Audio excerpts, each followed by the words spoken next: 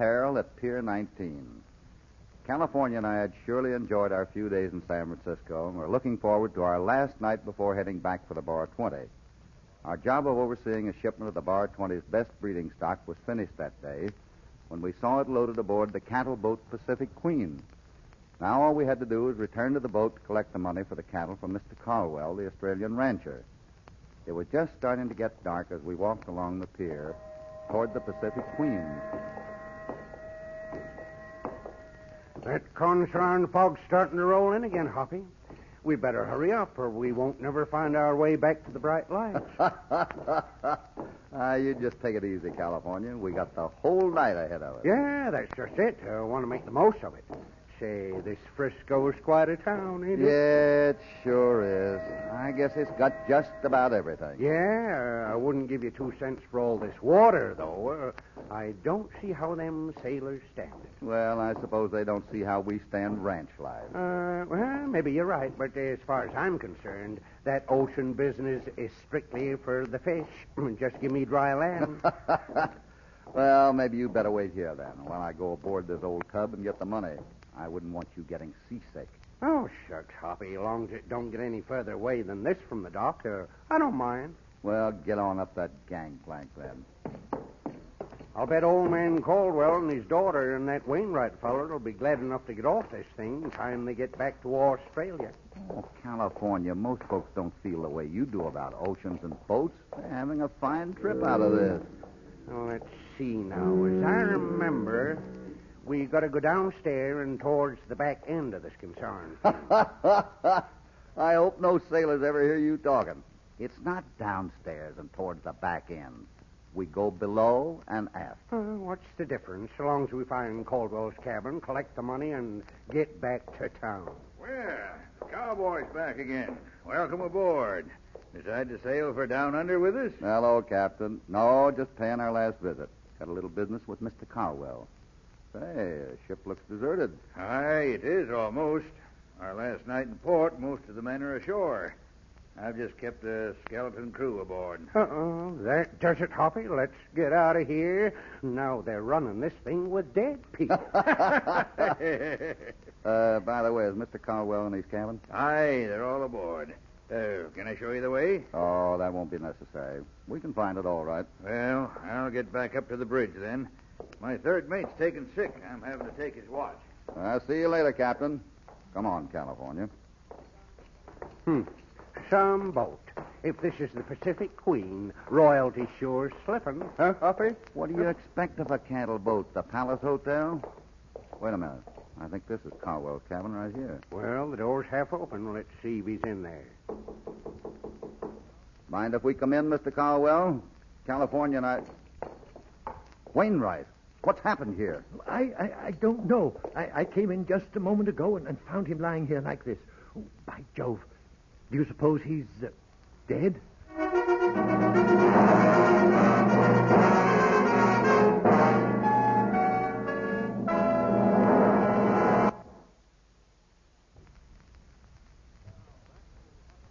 Now, back to Hopalong Cassidy and our story, Peril at Pier 19.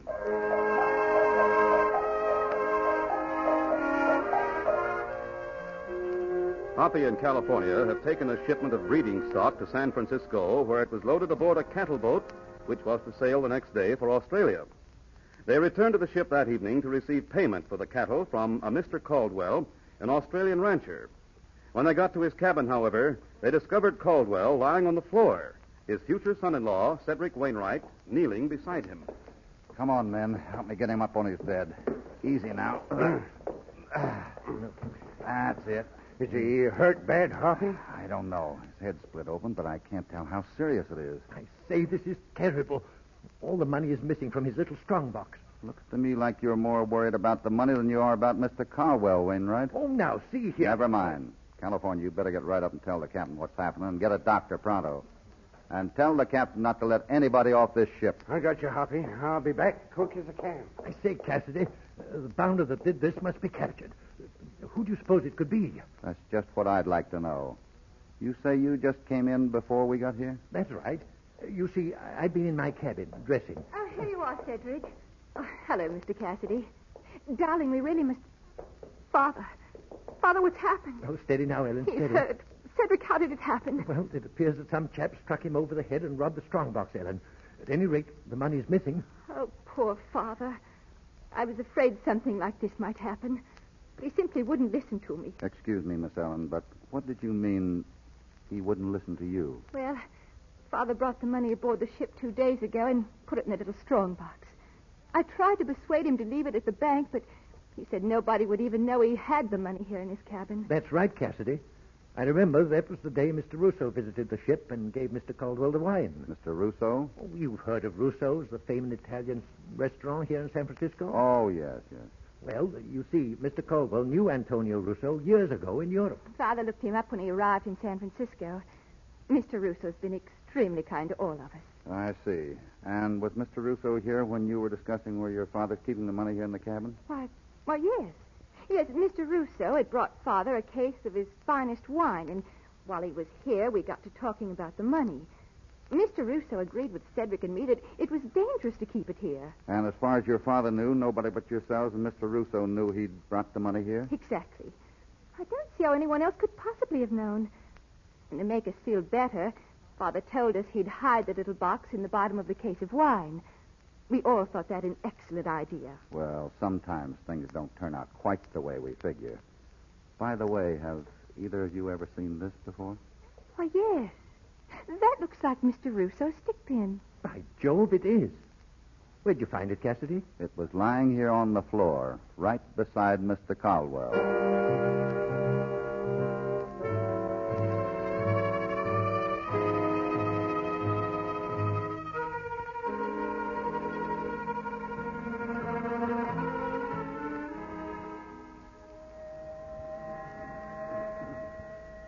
Why, yes, Cassidy. That fellow was aboard for a while. Left just before you came.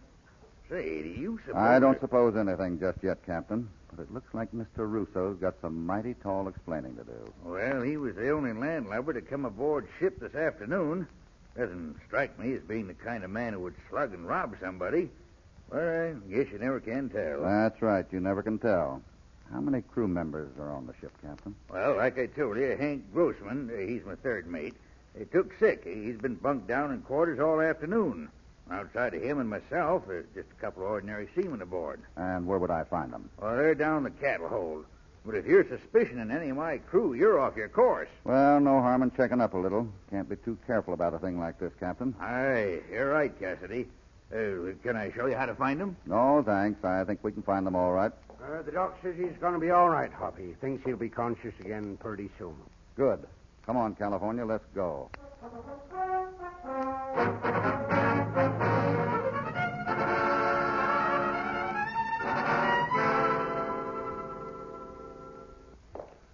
We sure didn't learn anything from them two sailors below. No, maybe we'll have better luck with Grossman. This must be his cabin here. It ain't locked. Open it up.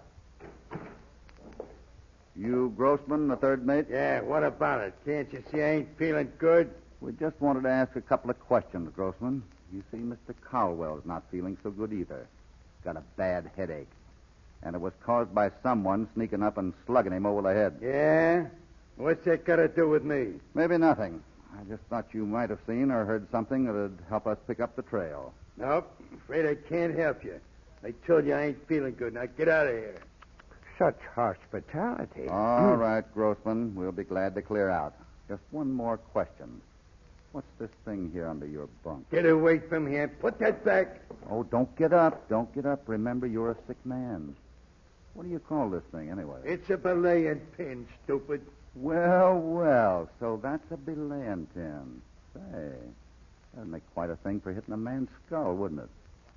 What was it doing under your bunk, Grossman? Yeah, you think you're pretty smart, don't you? Why, everybody's got one of them. They're all over the ship. And do they all have bloodstains on them? Guess again, cowboy. You're way off. I use that one to kill rats with. And there's plenty of them on this tub. Mind if I take this along for a souvenir? Go ahead. Just get out and leave me alone. Come on, California. Mr. Grossman must get his rest now.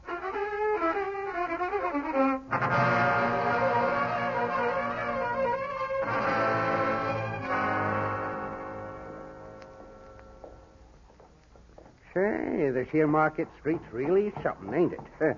Bet if it weren't for the fog, you could see 1,000 lights. Yeah, it's quite a place. Probably be as big as St. Louis someday. Ah, this looks like Russo's place right ahead. You still think somebody besides that third mate's in on the robbery, huh? I'm downright certain of it. Somebody must have told him that money was on the ship and where it was hidden. Well, let's see if Mr. Russo's in.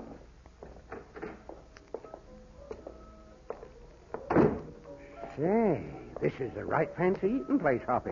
Good evening, gentlemen. Welcome to Rosso's. I got a nice table you're going to like. Right this way, please. Oh, good idea. I'm nigh starved to death. We haven't got time to eat now, California. I guess we can sit and have a cup of coffee, though. Here you are, gentlemen.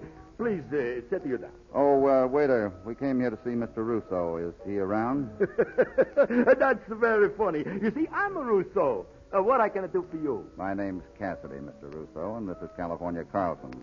We brought out the shipment of cattle that Mr. Caldwell bought. Oh, sure. I hear him talk about you. I understand you saw him at the ship this afternoon. That's right.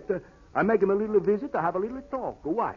Mr. Russo, your friend Caldwell was found in his cabin unconscious just a few minutes after you left. What's that? He'd been hit over the head. He's lucky to be alive. Oh, that's too bad. I warned him somebody robbed the money. I warned him. Who said anything about robbing him, Russo? How did you know about that? Well, I didn't know, but why else somebody gonna knock him unconscious? I ask you, why else? They tell me you knew where he hid the money. That right? Oh, sure. So, wait just a minute. You don't think I'm the one who... Wait a minute. This belonged to you, Russo? Why, sure. That's my stick pin. Where do you find that? In Caldwell's cabin, right beside his unconscious body. But that's not possible. I lost that stick pin a couple of days ago. Maybe. How long since you've seen Hank Grossman, Russo? Hank Grossman. Don't know somebody named Hank Grossman. Who's he? Never mind. California, let's get back to the ship. And, Russo, you better stick around where we can find you. Now, just a minute. What right you got to tell me? Take it easy. Just don't wander too far away. But I want to go down and see Mr. Caldwell. He's my friend. You know, I think that's a fine idea. We'll be looking for you.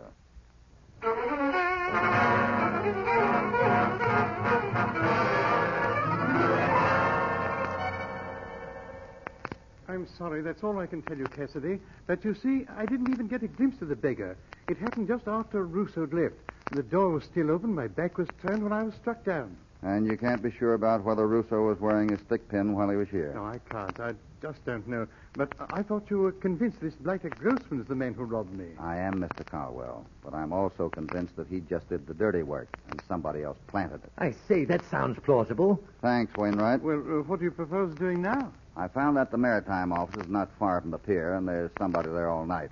There's a couple of things I want to check on there. So California and I'll see if we can find the place. See you later, Mr. Caldwell. Righto, Cassidy, and do have a care now, won't you?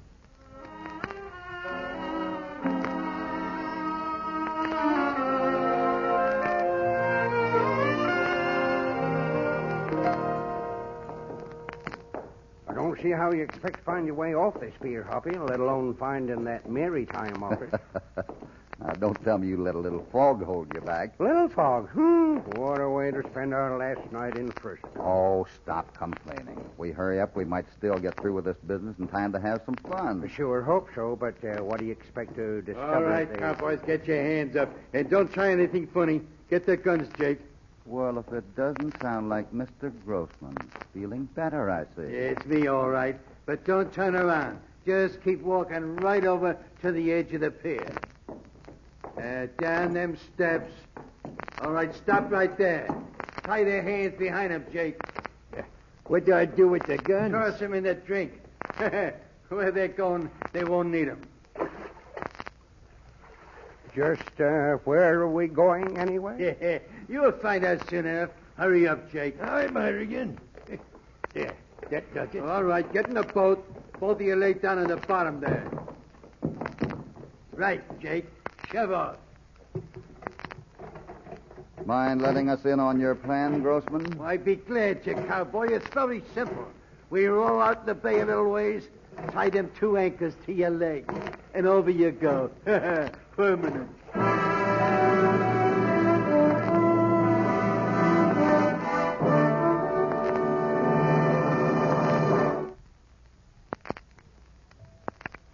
Now, back to Hopalong Cassidy and our story, Peril at Pier 19.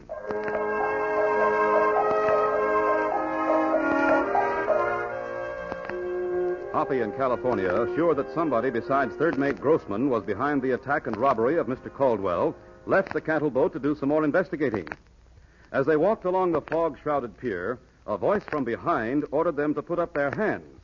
They were quickly disarmed and tied, put in a small rowboat, and told by Grossman that they would soon be thrown into the bay with anchors tied to their legs. Gosh, Hoppy, looks like curtains, don't it? I don't know. Jake didn't do too good a job tying my hands. I can just work them loose. You better hurry. I can't fudge mine. Listen, California.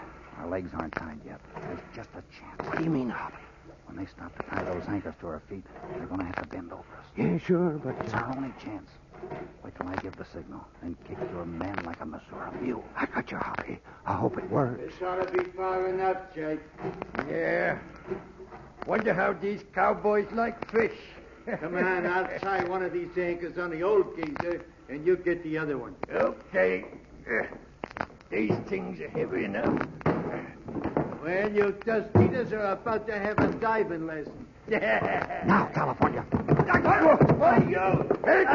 me! I got my hands free now.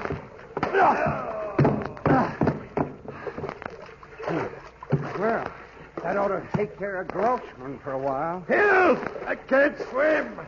What you doing, Hoppy? I'm tying Grossman up, and I'm being a little more careful about it than his pal Jake was. There, that ought to hold him. I'll get you yet, cowboy. Here, California, let me get you untied. It'll be a pleasure. Help me! Help me! There. I can get my hands out now, Hoppy. All right. Now let's fish out this wharf rat and tie him up. I ought to leave the varmint where he is. Oh, come on. Give me a hand. All right. There he is. Now put a rope around him, California.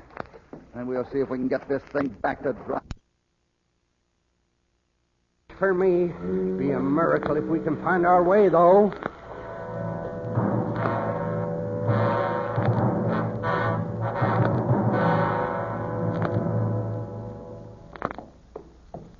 That wasn't bad navigating for a cowhand, was it? Only missed this pier by 2 others. Probably a lucky thing we'll end is where we did. That night watchman at the warehouse will take good care of them seagoing coyotes. Yeah, now if we can just corral the other one. Yeah, them two are sure stubborn. Here we got 'em dead to rights, and they still won't tell us who put 'em up to all this. Well, it shouldn't take long to find out. I feel I've been up and down this here gangplank so much, I'm beginning to feel like a member of the crew. Maybe you can get the third mate's old job. Yeah, that's No, oh, no, sir, not me, not me. Come on, there's a light up in the pilot house. Let's go up and see the captain. Yeah, he ought to be interested about his third mate. I just wonder if that Jake was a member of this crew. I don't know. He seemed to know Grossman pretty good anyway. Looks like the captain's inside, all right. Yes, what is it? Oh, Cassidy. Why, I thought you'd gone ashore. We did, Captain, and we almost went for a swim, too. Swim? I don't understand. Have you got a crew member named Jake? Jake? Why, yes. I signed on a Jake Richards just the other day. Friend of the third mate. Why? Your third mate and his friend just tried to drown us in the bay, that's why. Grossman? Why, I can't believe it. Why, he's always... Why would they try to drown you, Cassidy? Because somebody gave them orders to. Somebody that planned the robbery of Caldwell. Well, where are they now? Let's find them. I'll notify That them. won't be necessary, Captain. We put them in a nice, safe place. Well, if somebody else is mixed up in this, why not make Grossman and Jake tell who it is? Yeah, but right now we've got other business below. Oh, say, that reminds me. That Russo fella came aboard a while ago. Is he down with Caldwell now? As far as I know, he is. Well, we better get down there, too, hadn't we, Hoppy? Yeah. You going to be around, Captain? Aye, I'm staying aboard. Good. We'll see you later. Come on, California. What you looking for, Hoppy? Funny, I thought I had a silver dollar in my pocket, but I guess I don't. What information you want $1 for now? Just wanted to try something. You got one? Yeah, sure. Here you are. Thanks. Draw. Gone, Hoppy. Are you gone plumb local? What you throw it down there for? Now we'll never find it. Oh, don't get excited. What's $1 between friends? What's it? Well, I'll be. I heard about folks throwing money away, but I never thought I'd live to see the day when you throw mine away. Forget it. Come on, let's get down and see how Caldwell's making out.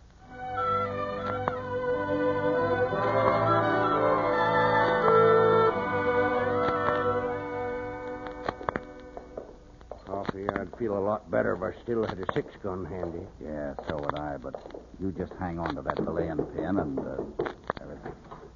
Oh, it's Mr. Cassidy in California. Come in. Father's feeling ever so much better. Well, I'm sure glad to hear it. Good to see you, Cassidy. Thanks, Mr. Caldwell. Hello, Wainwright. And how are you, Mr. Russo? Goes to fine, thank you. Well, quite a get-together here. Well, I thought I'd better look into my passengers. Everything shipshape, Mr. Caldwell? Everything's fine, Captain. Nice of you to inquire. Come in, Captain. I was about to tell Mr. Caldwell my ideas concerning the robbery. Would you like to hear them? Aye, by all means. I say, Cassidy, have you solved the case already? I think so, Mr. Caldwell. Go on, old man. Tell us everything. Sure, what's in the story? What's happened? We were right about Grossman, Mr. Caldwell. He's the one that robbed you. And he tried to kill us a little while ago. By Jove. Did he really? Oh, no. Yeah, but he was only acting on orders. The man who planned everything knew we were going ashore and told Grossman to make sure we didn't leave the pier alive. But I don't understand. None of us three the word. You didn't have to. He discovered our plans the same way he found the money was aboard and where it was hidden. California, take that grill off the ventilator opening in the wall there. Right, Hoppy. There she is. Now look inside. See anything at the bottom of the shaft? Well, I'll be darned. Here's a silver dollar. What in heaven's name are you driving at, Cassidy? Just this. When you and the others were discussing the money and where to hide it, somebody could hear every word you said. But I don't understand. That ventilator shaft runs right up to the bridge, and its open end is right next to the pilot house. Somebody listening up there could hear voices in the cabin as well as through a speaking tube. By Jove, then it must Why, be... you... Look out. He must have a gun. Get him, California. That ought to keep you in port for a while, Captain.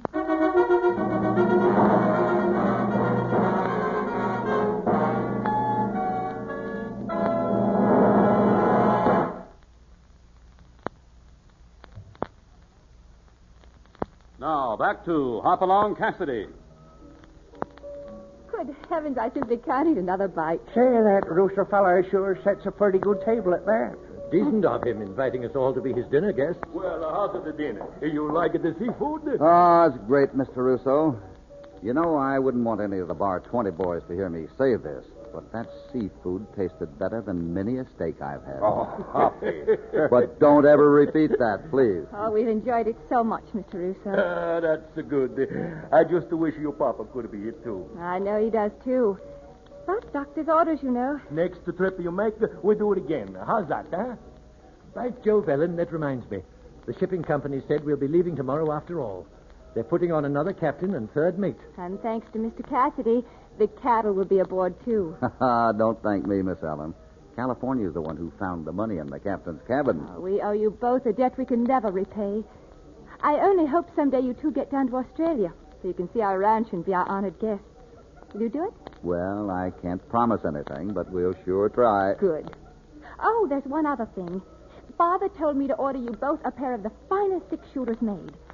But you see, I don't know much about that sort of thing. Well, I say, why not let them tell us what to get? That's just what I had in mind. How about it, California? Well, I reckon... Better just get him a rifle for long-range work, Miss Ellen. He doesn't have any use for 6 guns. Well, Hoppy, Whatever do you mean? What's he going to use in close quarters if he doesn't have 6 guns? Just give him a belaying pin. He's pretty handy with one of those.